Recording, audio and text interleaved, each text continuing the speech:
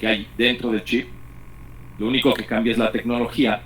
HC significa que es de tecnología MOS o de transistores de metal óxido semiconductor. Cambia nada más la tecnología de la fabricación, pero el hecho de que sea 373 al final representa el mismo tipo de circuito. ¿Qué hay dentro de este chip?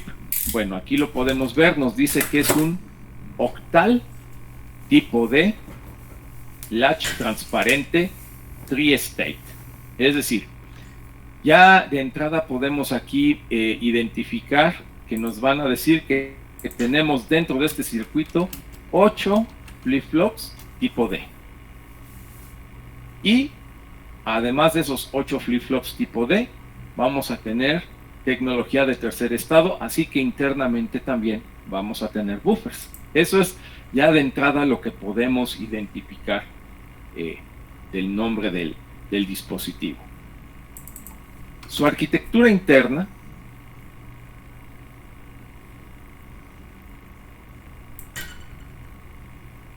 y hay aquí al diagrama más adelante, miren, aquí ya lo que hay dentro, pues aquí lo estamos confirmando. Tenemos 8 flip-flops tipo D y podemos observar, tiene buffers en las entradas.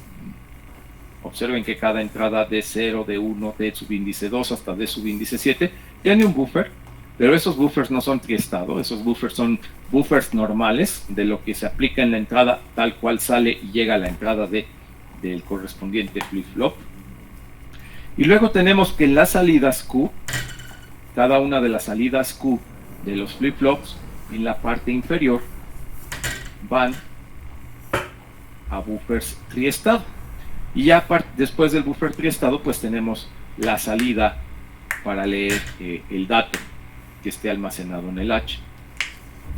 Vean que todos los buffers triestado, los 8 buffers triestado, tienen su terminal de habilitación conectada a una misma terminal que se llama OE o Output Enable en inglés, habilitación de las salidas.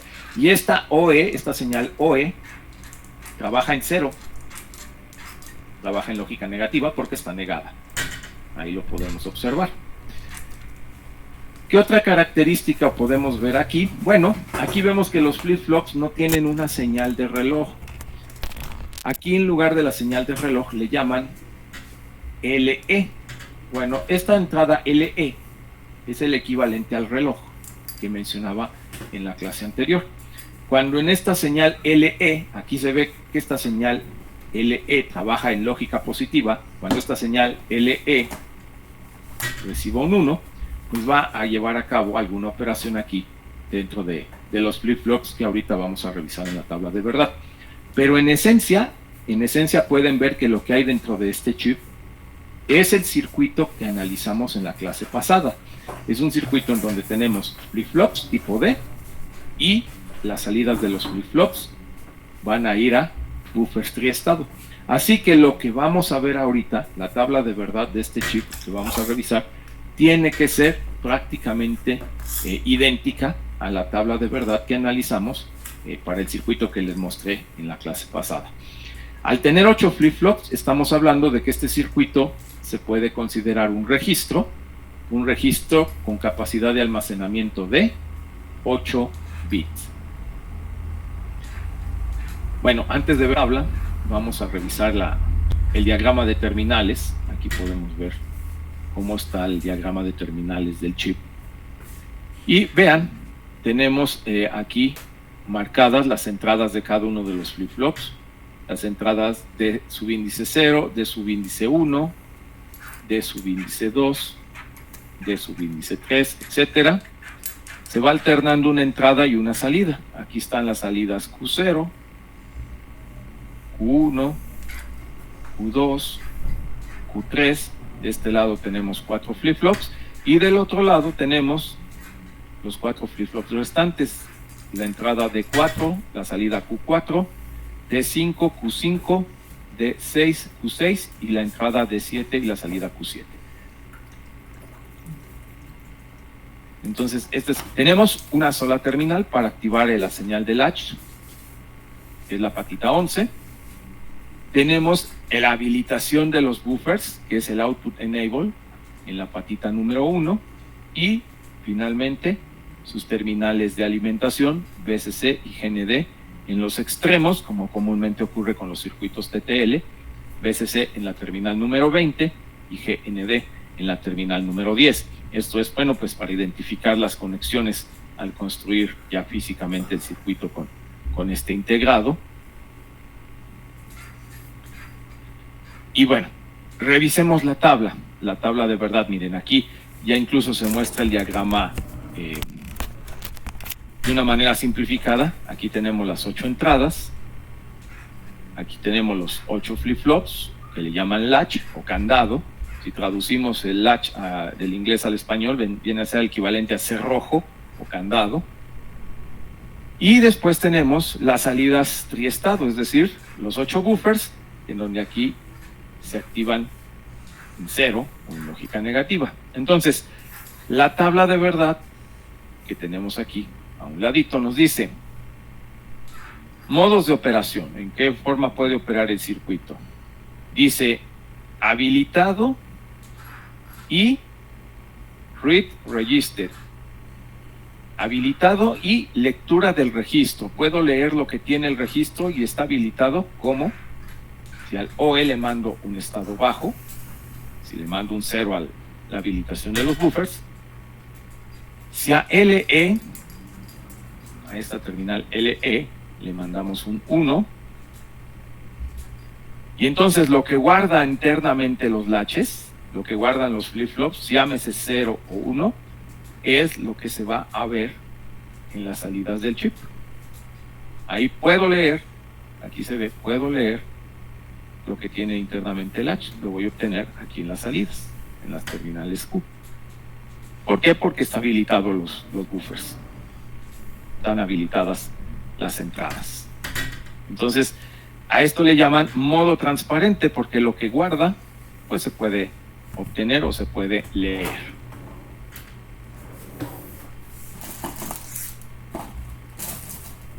Ahora bien, la siguiente función o el siguiente modo de operación dice que es en modo latch, o como cerrojo activado o como candado, con lectura del registro. Quiere decir que puedo leer el registro, ¿sí? Y entonces aquí me dice OE en bajo, es decir, habilito los buffers, pero si hago que la terminal LE ahora no esté en alto, ahora la mando a 0, entonces resulta que aquí tengo una L y una H minúsculas y acá tengo una L y una H mayúsculas. Bueno, esto es para diferenciar que lo que está guardando el flip-flop, lo que está guardando el latch internamente, los flip-flops tipo D, es diferente de lo que estoy aplicando en las entradas. Y en esta condición lo que me está diciendo es que en las salidas voy a leer lo que en ese momento están guardando los flip-flops, pero no necesariamente va a ser lo mismo que está recibiendo las entradas. Es decir, aquí estoy en una condición de memoria, o que ellos le llaman latch. Estoy leyendo lo que previamente se guardó en los registros, pero que no es necesariamente lo que se está aplicando en las entradas. Entonces, si lo que yo quiero es leer en las salidas lo mismo que hay en los registros, pero que al mismo tiempo eso sea igual a lo que hay en las entradas, para eso necesito que el latch esté en estado alto. Si está en estado alto, ahí sí, lo que hay en las entradas es lo mismo que guarda el flip-flop y es lo mismo que guarda en las salidas. Y entonces aquí, en la parte de arriba, esto es lo que llamábamos la clase pasada carga de datos. Porque en ese caso, pues lo que está entrando es lo mismo que está guardando el flip-flop y es lo mismo que se está obteniendo en las salidas. Pero en esta parte de abajo, con el H enable en bajo, pues aquí vemos que lo que estamos leyendo a la salida es lo que guarda el flip-flop, pero no está tomando en cuenta lo que se aplique en las entradas. Ese es un valor anterior, el que estamos leyendo. Y por último, dice, tenemos el registro latch, pero con las salidas deshabilitadas. ¿Qué significa esto? Bueno, significa que si en OE, en la habilitación de los buffers, mandamos un 1, se vuelve irrelevante todo lo que tengan las demás terminales. En ese momento, nuestra salida está en alta impedancia. En este caso, las salidas están abiertas y no podemos observar aquí en las salidas los datos que estén almacenados. Es irrelevante lo que tenga almacenado el chip. Las salidas estarán abiertas o estarán desconectadas. Y aquí tenemos pues el estado de alta impedancia. Y es, como les decía, en esencia, pues lo mismo que revisamos la clase anterior. Tenemos las características de memoria, la de carga o escritura de datos y la de circuito abierto o alta impedancia. ¿Alguna pregunta? ¿Alguna duda?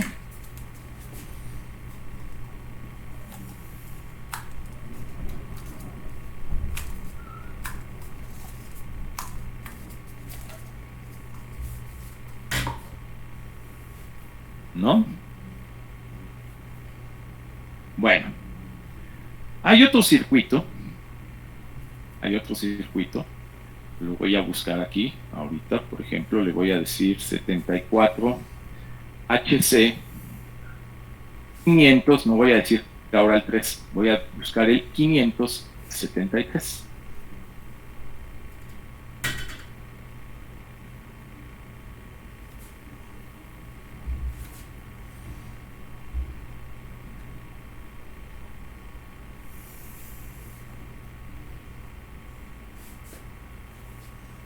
Y vamos a ver la descripción. Miren, el 573 es igual, octal, tipo D, transparente, latch, tri-state. Es un circuito que tiene exactamente las mismas funciones que el 373. Con la diferencia, vean, internamente aquí está también. Internamente es exactamente la misma estructura que acabamos de revisar. 8 flip-flops tipo D, 2 buffers triestado. La diferencia está en cómo se ubican las terminales. Aquí vean las 8 entradas de los flip-flops. Las 8 terminales D están del mismo lado del chip y las 8 salidas están del lado derecho, en la fila de terminales del lado derecho del chip. Y bueno, pues se agrega las terminal latch enable y el output enable igual. Faltan aquí nada más, aquí no indican las terminales de alimentación, pero este circuito es equivalente, nada más cambia la asignación de terminales comparados con el 373. En el 373 estaban alternadas una entrada y una salida.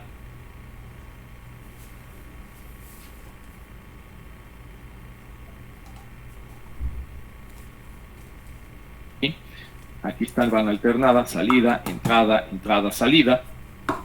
Y en el 573 tenemos todas las entradas de un solo lado del chip y todas las salidas del otro lado. Así que si yo quisiera armar un circuito en protoboard, me conviene más utilizar el 573, porque de este lado donde tengo todas las entradas, aquí puedo colocar mi deep switch, mis interruptores, todo se cablea directamente, y puedo colocar del otro lado todos los LEDs o una barra de LEDs para leer los datos de salida.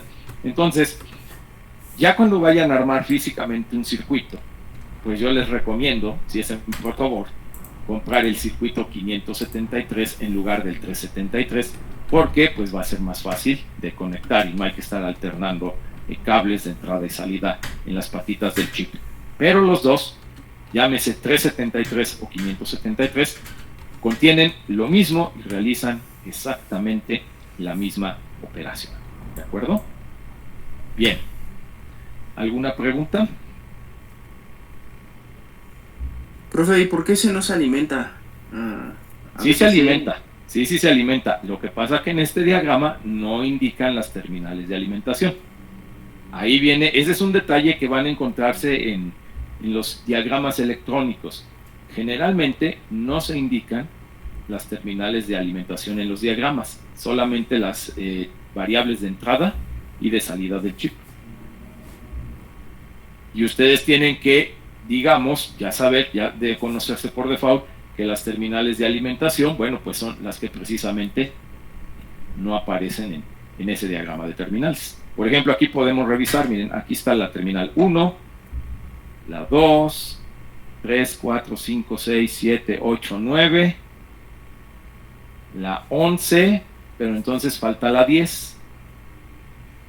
Y acá del otro lado tenemos 12, 13, 14, 15, 16, 17, 18 y 19. Falta la 20.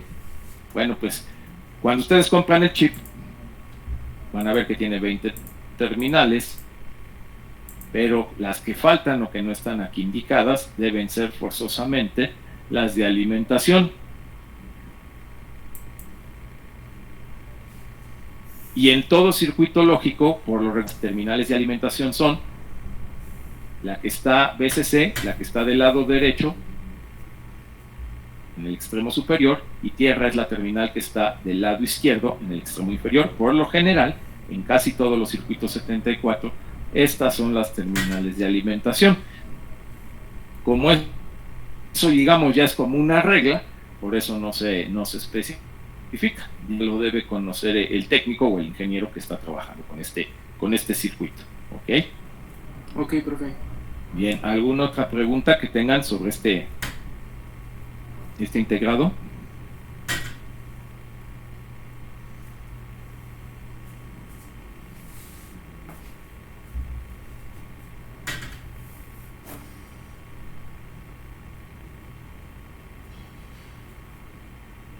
Este no acepta fuentes bipolares, ¿verdad? Como si fuera una operación. No, 5 volts.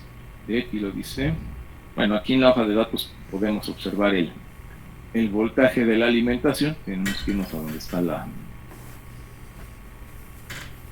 características.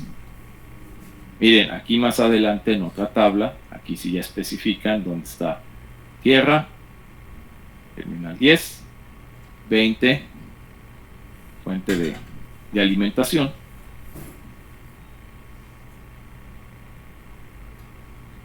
Y aquí ya nos da precisamente los valores, fuente de la alimentación. Y aquí ya nos dice mínimo menos 0.5, bueno, entonces prácticamente es 0 volts. Y máximo, vean que si es un HC puede trabajar hasta 7 volts. Si fuera un TTL convencional, pues se limita a 5, pero en este caso el HC puede ser máximo una fuente de hasta 7 volts. Entonces, bueno, por eso es importante tener toda la información de la hoja de datos. No basta con lo que comúnmente hacemos, ¿verdad? Que es nada más ver el diagrama de terminales y nos ponemos a cablear, a conectar. Si queremos cortar una fuente de más valor, bueno, pues por eso debemos revisar todas estas características en el datasheet del circuito integrado. ¿Alguna otra pregunta?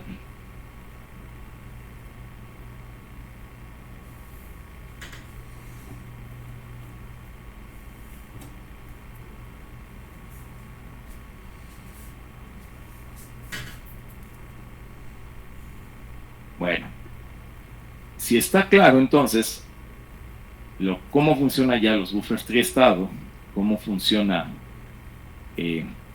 este tipo de circuitos, vamos ahora entonces a conectar varios de estos registros.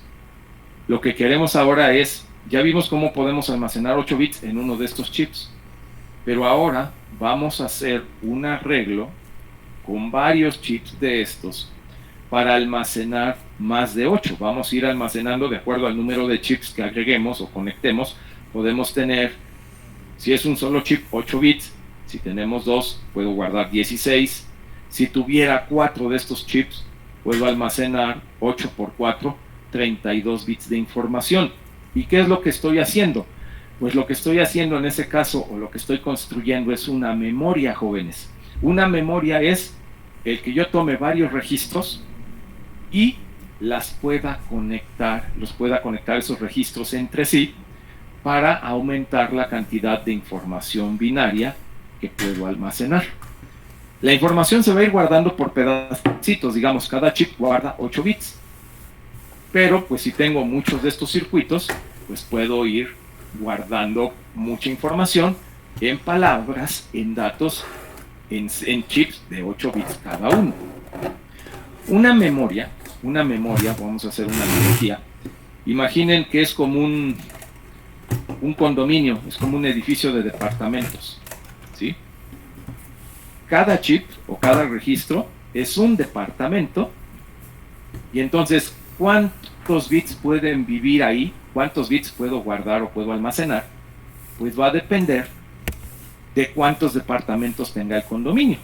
Si tengo 16 departamentos y en cada uno puedo guardar 8 bits, bueno, pues puedo almacenar 16 por 8, serían aproximadamente 128, si no me equivoco, 128 bits en total, ¿sí? O puede ser que tenga 200 departamentos. Bueno, pues hay 200 departamentos y en cada uno pueden vivir 8 bits. En cada chip pueden vivir 8 bits. Pues ya serían 1600 bits o 1.5 K de información. Entonces, así es como se van a construir los circuitos de memoria. Guardamos los datos en registros pequeños, en paquetes de 8 o de 16 bits, y después vamos haciendo un arreglo de varios de estos registros para ir almacenando más información, como si fuera, les digo, como si fuera la analogía con un edificio de condominios. Pero para poder hacer eso, también necesitamos conectar las salidas de los registros a un punto común, y es ahí donde va a aparecer el por qué necesitamos los buffers triestado. Voy a pasar al pizarrón, vamos a empezar a hacer un ejemplo muy sencillito. Vamos a hacer una memoria ahorita con 2 de estos buffers, con 2 de estos registros, para que vean cómo se empieza a construir.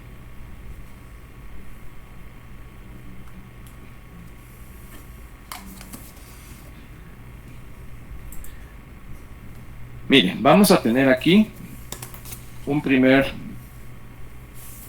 circuito, un 74 HC 573.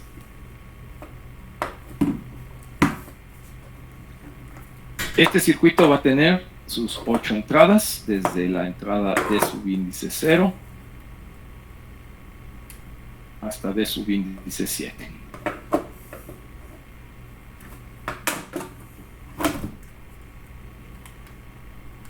Y va a tener 8 salidas, también desde Q0 hasta Q7.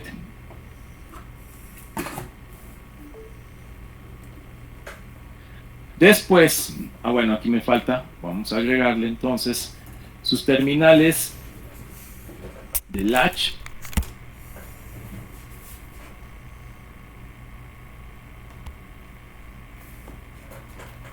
y la habilitación de los buffers o el output enable.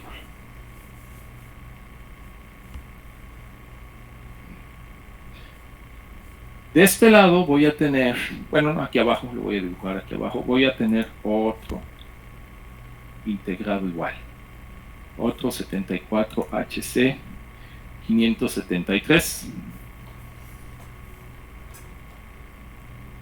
igual con sus 8 entradas,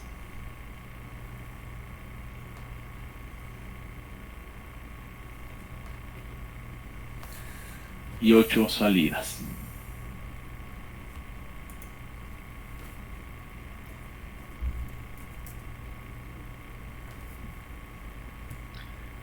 Sus terminales de latch y habilitación.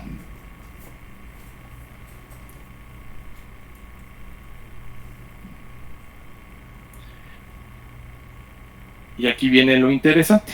Vamos a, por ejemplo, a guardar datos en uno de estos registros. Vamos a pensar que en el primer registro vamos a guardar el dato, se me ocurre, 1, 1, 0, 1, 0, 0, 1, 1. Aquí tendríamos 8 bits. Y aquí en las entradas del siguiente, un dato de 8 bits diferente. Por ejemplo, 0, 0, 0, 0, 1, 1, 1, 1. ¿Sí? Este es el dato de 8 bits que colocamos en estas entradas. Vamos a llamarle dato A. Y en el de abajo, un dato diferente, también de 8 bits.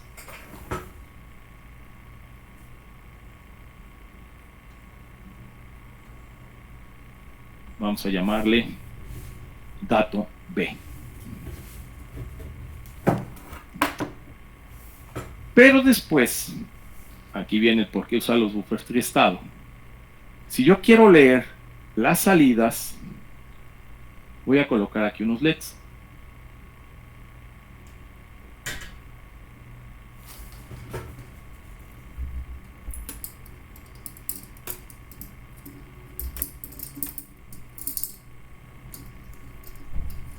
De hecho, pues tengo que colocar 8 LEDs para leer cada dato de 8 bits.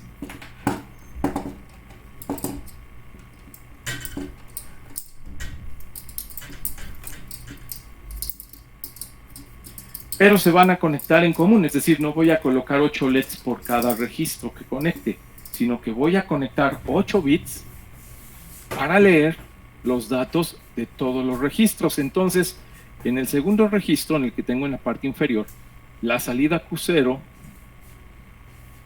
la voy a mandar a la salida Q0 de el registro que está en la parte superior.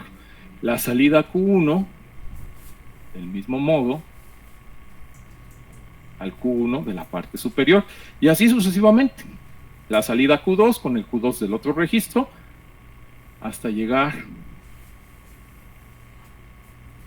a la salida Q7 con la salida Q7 de los dos registros en común al mismo LED. Y entonces, aquí viene la cuestión. No debo leer simultáneamente los dos registros, no los debo habilitar al mismo tiempo, porque lo que va a pasar es que si habilito al mismo tiempo las salidas de los dos registros, pues se va a corromper aquí los datos, y lo que voy a leer va a ser algo muy diferente a la información que realmente se había almacenado en cada uno de ellos. Lo que tengo que hacer es leer un registro, por ejemplo el de arriba, y cuando lea este registro de arriba, la información que almacena se va a mostrar en los LEDs, y cuando quiera leer el registro de abajo, entonces este de arriba se debe ir a alta impedancia, se debe desconectar o abrir, y tengo que habilitar el circuito de la parte inferior o el registro de la parte inferior, y en ese momento voy a observar el dato B en los LEDs. Y entonces, ¿cómo hacemos eso? Bueno, puede ser muy sencillo. Realmente no es nada del otro mundo. Lo que vamos a hacer en ese caso es que vamos a tener una señal, vamos a llamarle aquí de señal de lectura. Esa señal de lectura la voy a mandar directamente a la OE, por ejemplo, del registro que tengo en la parte superior, pero la voy a mandar también al registro que está en la parte inferior, pero con el valor opuesto, es decir, con un inversor. ¿Cuál va a ser la función de este inversor? Bueno, si yo quiero leer este registro de arriba, a OE le tengo que mandar un 0. Habilito los buffers de este registro de arriba, y la información que está recibiendo o que tiene almacenada, dependiendo de lo que aplique en la terminal LE, esta información va a salir y se va a mostrar en los LEDs. Pero ¿qué pasa en ese caso con el circuito que está en la parte de abajo? Este 0 se va a negar, y entonces el OE del otro registro está en cuánto, está en 1, y si los buffers triestado del registro de abajo están inhabilitados, pues este chip, el de abajo, tiene sus salidas abiertas, están en alta impedancia, es como si se desconectara, y nada más estoy leyendo el dato del registro que está en la parte de arriba. Ahora, ¿qué pasa si cambio el valor de esta señal que le llamo aquí de lectura? ¿Qué pasa si ahora aquí aplico un 1? Díganme ustedes qué va a pasar con el circuito de la parte de arriba, con el registro que tengo aquí arriba. ¿Cómo van a estar sus salidas?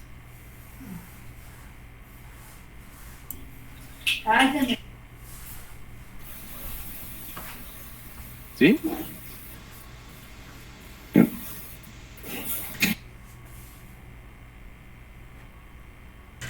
Escucho ruido, pero no escuché la respuesta, jóvenes. ¿Qué pasó? No va, no va a salir nada, profe, de ahí. Ajá. Es como si estuvieran abiertas. Sí, porque Exacto. En alta impedancia. ¿Y qué pasa con el de abajo? Ese sí va a mostrar los datos. Ajá. así se van a entrar sus salidas. Exactamente. Y entonces, si se dan cuenta, a través de esta señal de lectura, puedo elegir cuál de los dos registros voy a leer. Si mando un 0, leo el registro de la parte de arriba. Si mando un 1, puedo leer el registro de la parte de abajo. Y entonces, aquí ya tengo una pequeña memoria, ¿sí? Hablamos la clase anterior de que esto era un registro. Este chip es un registro que almacena 8 bits. Pero esto que tenemos ahora ya es una memoria. Una memoria que está formada de 2 registros o 2 celdas de almacenamiento. Cada una de ellas guarda 8 bits de información. Y esto es una memoria porque si sumo la información que puedo guardar en total, son 8 bits en la parte de arriba y son 8 bits en la parte de abajo. Y ya tengo 16 bits que puedo guardar aquí, 8 en cada chip. ¿De acuerdo? Pero ¿cómo tengo que ir leyendo los datos? Tengo que irlos leyendo, habilitando uno por uno de los chips. No puedo habilitar 2 al mismo tiempo porque se corrompe la información y se alterarían los datos en la salida. Tengo que ir habilitando siempre de 1 en 1. Dependiendo del que se habilite, pues es el registro cuya información voy a leer o voy a obtener en este caso en la salida de los LEDs. Bien, ¿alguna duda? ¿Alguna pregunta? Profe, ¿Sí? pero si uno deshabilita el output, pero habilita el latch, entonces así se escribe, ¿no? Pero no se envía la salida. Exactamente, exacto, es lo que habíamos ahorita revisado en la tabla. Si no está habilitado el output, yo puedo activar el latch y puedo guardar datos, y estos datos quedan guardados en los flip-flops. Pero si no está habilitado el output enable, se quedan guardados dentro del chip, pero no los veo en el exterior. Ok, gracias, profe. ¿Sí? Ahí es donde ocurre lo que mencionaba la clase pasada. Cuando ustedes tienen sus archivos guardados en sus memorias, tienen los datos aquí almacenados. Pero si no está leyendo el archivo, si no están habilitando las salidas, el dato está almacenado, el archivo existe en su memoria, pero si no lo están leyendo, no se ve, no se despliegan los datos, por ejemplo, de una foto en la pantalla, o no se reproduce la música. Pero ustedes saben que los datos ahí están, pero las salidas están inhabilitadas, no se está accesando a esa información mientras no abran o no lean el archivo.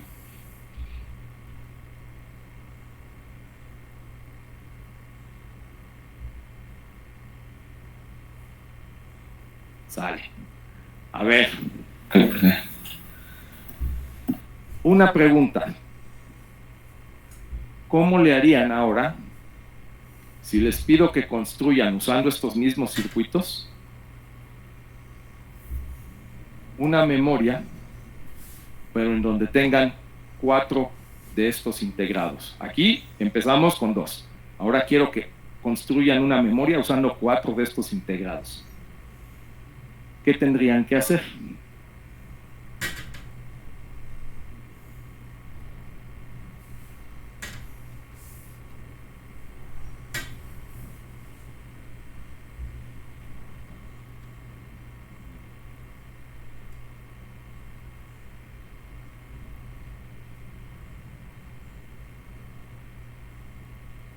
poner más NOTs. ¿Más inversores? Sí, más inversores, ¿no? Bueno, a ver, vamos por partes. Primero, necesito 4 de estos registros, 4 integrados 573, ¿están de acuerdo? Después, ¿qué tengo que hacer? Que las salidas de los 4 registros se conecten al mismo canal, al mismo bus. De hecho, a esto vamos a empezar a llamarle bus. Un bus es un conjunto de líneas que transmite el mismo tipo de información, un conjunto de conductores.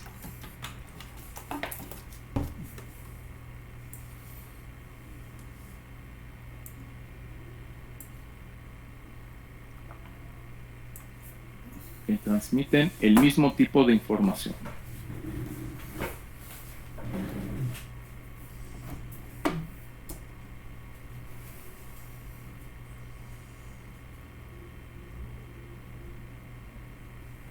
Entonces, esto es un bus de 8 bits, porque está formado de 8 líneas que se conectan en común.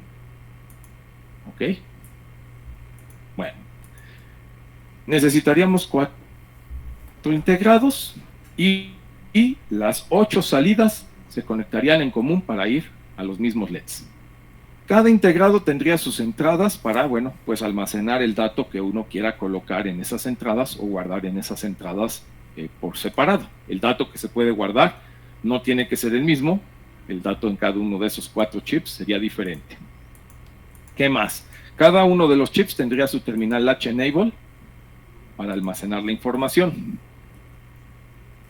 La pregunta es, ¿cómo le haríamos si tuviésemos 4 para ir seleccionando primero uno, luego otro, luego el tercero y después nada más el cuarto, ir habilitando, seleccionando uno por uno? Su compañero dice que con inversores, con más inversores, pero ¿cómo sería ese circuito con inversores? Esa es mi pregunta.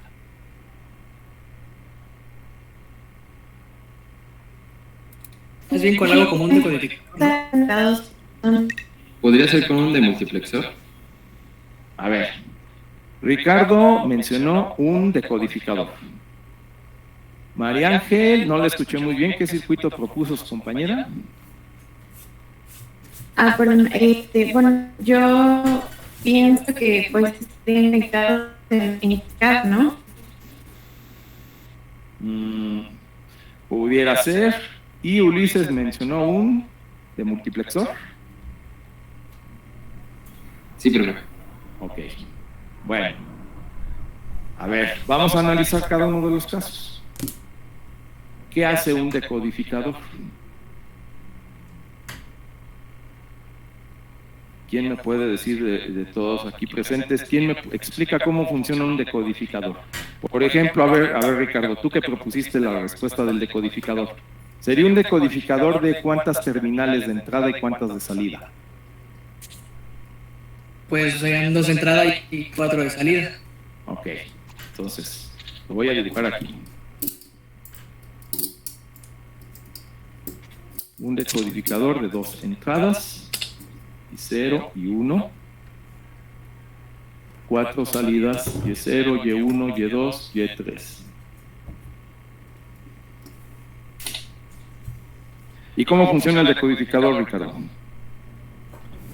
Bueno, si no me acuerdo mal, uno Ajá. ingresaba en la entrada ahora sí que el número en binario de la salida, en donde quería que saliera un estado alto. Ajá.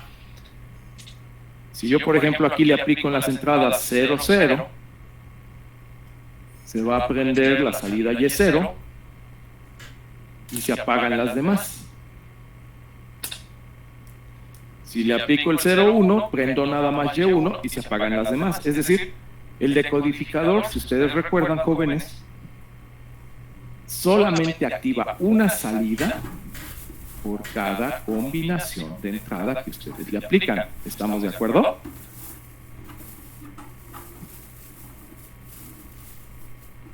Entonces, puede ser que me sirva el decodificador porque yo doy un número de entrada y eso me va a permitir habilitar, por ejemplo, si doy 00, va a activar solo la salida Y0. Si doy 01, activaría Y1. Si doy el 10, activaría la salida Y2. Nada más que aquí hay un detalle. Nuestras terminales de habilitación de los buffers deben ser con ceros, deben ser en lógica negativa. Entonces, este decodificador necesitaríamos que en lugar de activar con un 1 la salida, lo haga con ceros. Y entonces tiene que ser un decodificador también con salidas negadas. Negadas. Así. ¿Y qué circuito integrado? Es un decodificador, 2 entradas, 4 salidas con salidas negadas. ¿Quién se acuerda?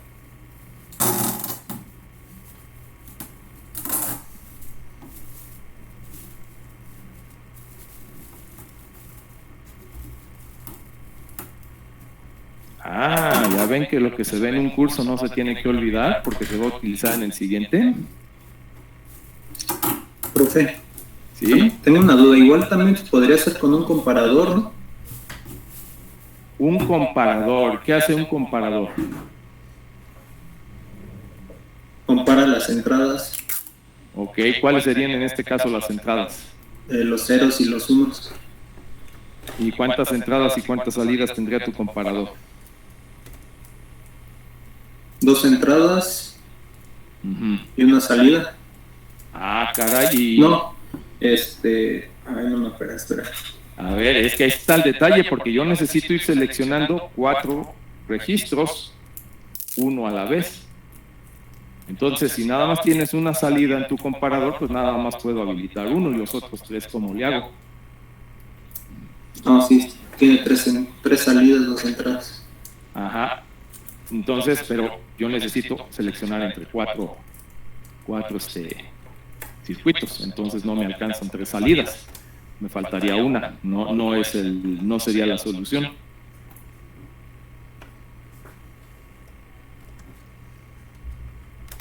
A ver, jóvenes, entonces, ¿qué circuito integrado es un decodificador, 2 entradas, 4 salidas y con salidas negadas? Profe, ¿no es el 74LS139? Así es. Es el 138, ¿no?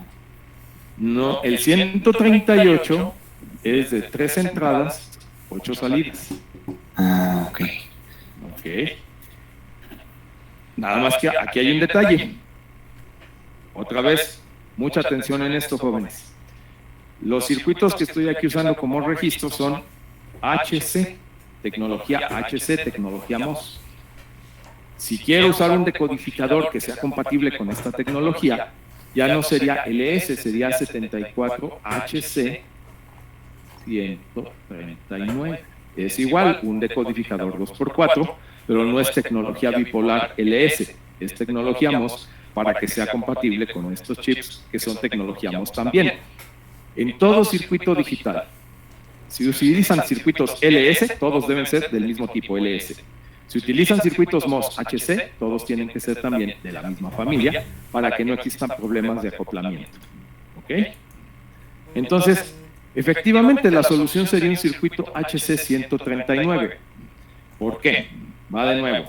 Lo voy a explicar aquí un poquito más a detalle ya sobre el circuito. Porque este decodificador, que además tiene una terminal de habilitación, si yo mando la terminal de habilitación a tierra, ¿qué es lo que hace? Si aplico las entradas 00, va a mandar un 0 en la salida Y subíndice 0, valga la redundancia, y todas las demás en 1. Y esto haría que habilitara al primer registro, 573, pero los otros 3 estarían apagados. Leo solo el primer registro de los 4. Si aplico la combinación 0 y 1, entonces ahora manda un 0 solo en la salida Y1 y los otros 3 están inhabilitados o en alta impedancia. Y así sucesivamente. Si mando el 1-0, 1-0 en binario es el 2, la salida 2 es la que se va a activar con un 0 y las demás estarían apagadas o inhabilitadas. Leo el registro 2. Y por último, si mando el 1-1, es el 3 en binario, entonces se activa la salida 3, envía un 0 y las otras 3 están apagadas. Y de esta manera, dependiendo de la combinación que apliquen las entradas, puedo ir seleccionando solo uno de los 4 registros. Y de esa manera entonces puedo ir leyendo los datos que se guardan en una memoria. Voy a ir leyendo registro por registro, habilitando uno, luego el otro y luego el siguiente. ¿Sí? Bueno. A ver, tarea. Vamos a ver, la tarea que les voy a dejar. Entonces, primer tarea. Ahorita quito el decodificador.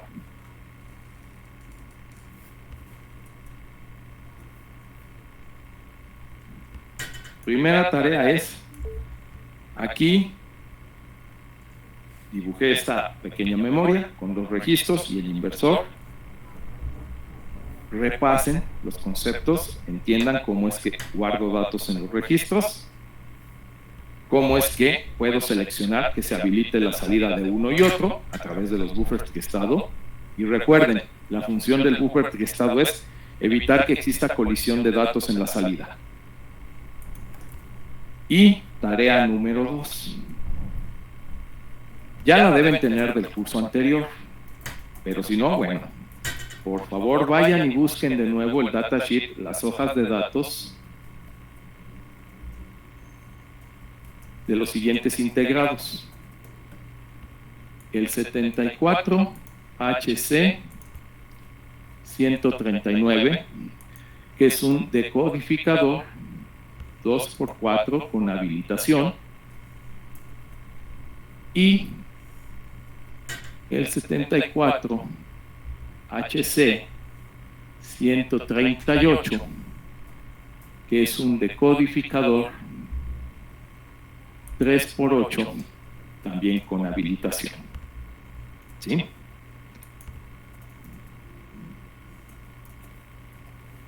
Revisen, repasen el funcionamiento de estos circuitos y voy a dejar en Classroom un video en donde les voy a mostrar cómo funciona esta memoria que acabo de mencionar con los 4 registros y el decodificador 139. Pero para que entiendan bien ese video necesito que primero revisen por favor la hoja de datos, que recuerden cómo funciona este decodificador 2x4, ¿ok?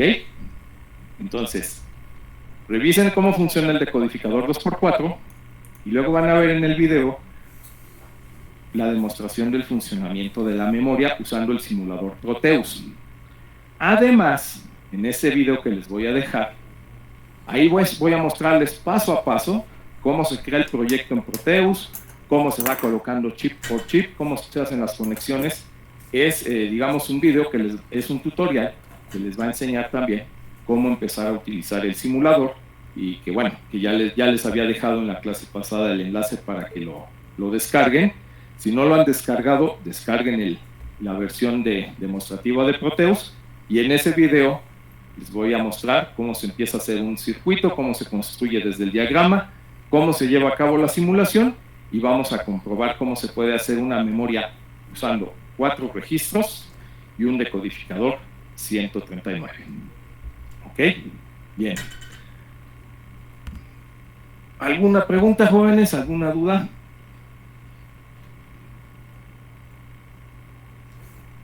No, profe.